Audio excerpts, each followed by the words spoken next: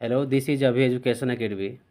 आज हम इस वीडियो में क्लास 9 का हिंदी चैप्टर नंबर 7 मेरे बचपन के दिन क्वेश्चन आंसर करेंगे। पहला क्वेश्चन है, मैं उत्पन्न हुई तो मेरी बड़ी खातिर हुई और मुझे वह सब नहीं सहना पड़ा जो अन्य लड़कियों को सहना पड़ता है। इस कथन के आलोक में आप यह पता लगाइए कि दो क्वेश्चन दिया है, का और खा।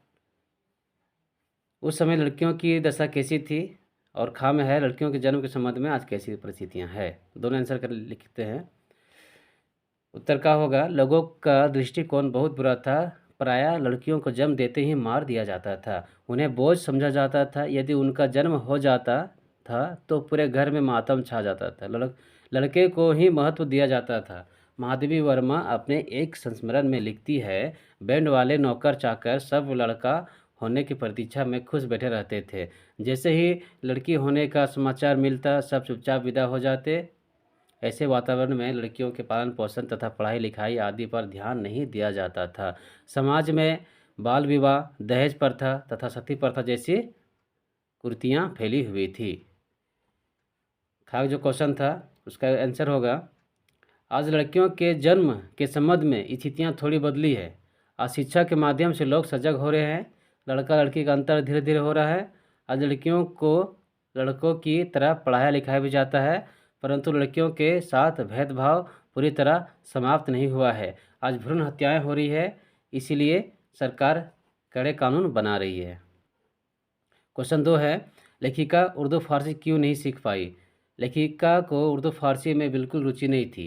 उनके शब्दों में ये यानी बाबा जो थे अवश्य चाहते थे कि मैं उर्दू फारसी सीख लूं, लेकिन वह मेरे वश का नहीं था। इसीलिए जब उन्हें उर्दू पढ़ाने के लिए मौलवी साहब घर में आए तो लेखिका चारपाई के नीचे छिप गई। क्वेश्चन 3 है, लेखिका ने अपनी माँ के व्यक्तित्व को की किन विशेषताओं का उल्लेख किया है। पहले हिंदू मुस्लिम को लेकर इतना भेदभाव नहीं था। हिंदू और मुस्लिम दोनों एक ही देश में प्रेम पूर्वक रहते थे। स्वतंत्रता के पश्चात हिंदू और मुस्लिम संबंध में बदलाव आ गया। वापसी फूट के कारण देश दो हिस्सों में बंट गया। पाकिस्तान मुस्लिम प्रधान देश के रूप में प्रतिष्ठित है तथा हिंदुस्तान में हिंदुओं का वर्चस्व कायम है। ऐसी परिस्थितियों में हिंदू तथा मुस्लिम दो अलग अलग धर्मों के लोगों का प्रेम पूर्वक रहना स्वभाव समान प्रतीत होता है। क्वेश्चन नंबर 4 है, जवारा के नवाब के साथ अपने पारिवारिक संबंधों के लेखिका ने आज के संदर्भ में स्वपन जैसे क्यों कहा। पहले हिंदू और मुस्लिम दो संप्रदायों में आज के जैसा भेदभाव नहीं था। उदाहरण स्वरूप जवारा के नवाब के साथ महादेवी वर्मा के पारिवारिक संबंध सगे संबंधियों से भी अधिक बढ़कर थे। जवारा के बेगम स्वयं को महादेवी की ताई समझती थी तथा उन्होंने ही उनके भाई का नामकरण भी किया। वे हर त्यौहार पर उनके साथ घुल-मिल जाती थी। बेगम साहिबा के घर में अवधी बोली जाती थी, परंतु हिंदी और उर्दू भी चलती थी। पहले वातावरण में जितनी निकटता थी वह अब सपना हो गई है। ऐसे में आत्मीय संबंधों की आज के समय में कल्पना भी नहीं की जा सकती है। रचना व्यक्ति है। क्वेश्चन नंबर 5 है, जेबुनिसा महादेवी वर्मा के लिए बहुत काम करती थी। जेबुनिसा के स्थान पर यदि आप होती या होते तो महादेवी से आप क्या अपेक्षा होती। इसका उत्तर होगा, जेबुनिसा के स्थान पर यदि महादेवी वर्मा को सहायता करती तो उनसे निम्नलिखित अपेक्षाएँ रखती है। नंबर 1, प्रेम और आदर की भी अपेक्षा करती। नंबर 2, पढ़ाई में सहायता चाहती। नंबर 3, उनकी स्वरचित कविताएं सुनने की अपेक्षा रखती। नंबर 4, उनसे कविता लिखने का प्रोत्साहन पाना चाहती। क्वेश्चन नंबर 6 है, महादेवी वर्मा को काव्य प्रतियोगिता में चांदी का कटोरा मिला था। अनुमान लगाइए कि आपको इस तरह का कोई पुरस्कार मिला हो और वह देशहित में या किसी आपदा निवारण के काम में देना पड़े तो आप कैसा अनुभव करेंगे या करेगी। यदि मेरे सामने देशहित का प्रश्न आया या किसी विपत्ति को दूर करने का प्रश्न आता तो मैं अपना चांदी का कटोरा अवश्य दे देती। बेशक मुझे अपने पुरस्कार के प्रति प्रेम है, परंतु देश प्रेम के आगे उसका कोई मूल्य नहीं है। क्वेश्चन नंबर 7 है, लेखिका ने छात्रावास के जिस बहुभाषी परिवेश की चर्चा की है उसे अपनी मातृभाषा में लिखिए। उत्तर होगा मेरी मातृभाषा हिंदी है। लेखिका ने करास्थवेट गर्ल्स कॉलेज में 5वीं में प्रवेश लिया। यहाँ देश के विभिन्न भागों से छात्राएं पढ़ने आती थी। यहाँ पर ये छात्राएं अपनी अपनी मातृभाषा में बातें करती थी।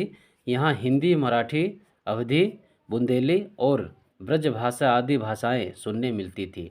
सब हिंदी और उर्दू का अध्ययन करती थी। इस प्रकार छात्रावास का परिवेश बहुभाषी था।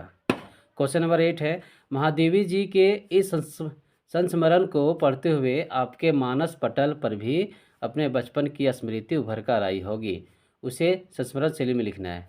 इसका उत्तर होगा एक दिन की बात है, मैं और मेरा मित्र पाठशाला से घर लौट रहे थे। हमें सड़क पार करनी थी। मैं आगे था। मैंने ठीक से सड़क पार कर ली, परंतु जब तक सिग्नल हरा हो गया और वाहन तेज गति से आगे बढ़ने लगा, मेरे मित्र ने सड़क के दोनों ओर देखा ही नहीं और लापरवाही से सड़क पार करने लगा। कार चालक ने बड़ा प्रयास किया कि मेरे मित्र को सही समय रहते सूचित किया जा सके, परंतु ऐसा नहीं हो पाया। कार चालक ने मेरे मित्र को बचाने के प्रयास में कार को इधर उधर घुमाने का प्रयास किया। इस प्रयास में उसकी कार हमारे विद्यालय के पास एक पेड़ से जा टकराई। इस टक्कर में कार चालक बुरी तरह घायल हो गया। उसे गंभीर चोटें आई थी। संयोग से पास ही अस्पताल होने के कारण कार चालक को चिकित्सा सुविधा समय रहते उपलब्ध करवाई जा सकी और उसकी जान बच गई। इस घटना ने मेरे होश उड़ा दिए। मेरे मित्र को भी बहुत ग्लानि का अनुभव हुआ। उस दिन के बाद मैंने सड़क पार करते हुए कभी लापरवाही नहीं बरती। यह घटना मेरे लिए अविस्मरणीय घटना बन गई है। क्वेश्चन नंबर 9 है, महादेवी ने कवि सम्मेलनों में कविता पाठ के लिए अपना नाम बुलाया जाने से पहले होने वाले बेचैनी का जिक्र किया है। अपने विद्यालय में होने वाले सांस्कृतिक कार्यक्रमों में भाग लेते समय आपने जो बेचैनी अनुभव की होगी उस पर डायरी का एक लिस्ट लिखिए। थोड़ा इसका क्वेश्चन लंबा है तो आंसर भी लंबा ही है। यहाँ पे 8 अगस्त 2023 दिया है। आज हमारे विद्यालय का वार्षिक उत्सव मनाया गया। इसमें सांस्कृतिक कार्यक्रम का आयोजन किया गया था। इस कार्यक्रम में मुझे अपने मित्र के साथ नृत्य प्रस्तुत करना था। हमारा नृत्य तीसरा था। हम कार्यक्रम शुरू होने पहले वस्त्र और आभूषण का साथ सुसज्ज हो गए, पर जैसे ही कार्यक्रम शुरू हुआ मेरे दिल कई धड़कनें बढ़ने लगी।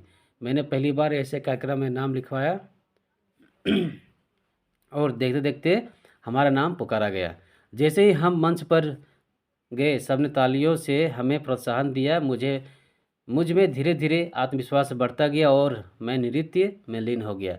सबका हमारा नृत्य बहुत अच्छा लगा। यह दिन मुझे हमेशा याद रहेगा। भाषा अध्ययन में क्वेश्चन नंबर 10 में दिया है, पाठ से निम्नलिखित शब्दों को विलोम शब्द ढूंढकर लिखिए। 4 क्वेश्चन है, 4 शब्द है। पहला विद्वान का विदुषी हो जाएगा, अनंत का अंत हो जाएगा, निरपराधी अपराधी हो जाएगा, दंड का पुरस्कार हो जाएगा, शांति का बेचैनी हो जाएगा। क्वेश्चन नंबर 11 में दिया है, निरहारी है तो निर्जोड़ आहार जोड़ ई है, सांप्रदायिकता है, प्रसन्नता है, अपमान है, किनारीदार है, स्वतंत्रता है। तब यहाँ पे दिया गया है, देख लेना थोड़ा वीडियो का स्टॉप करके।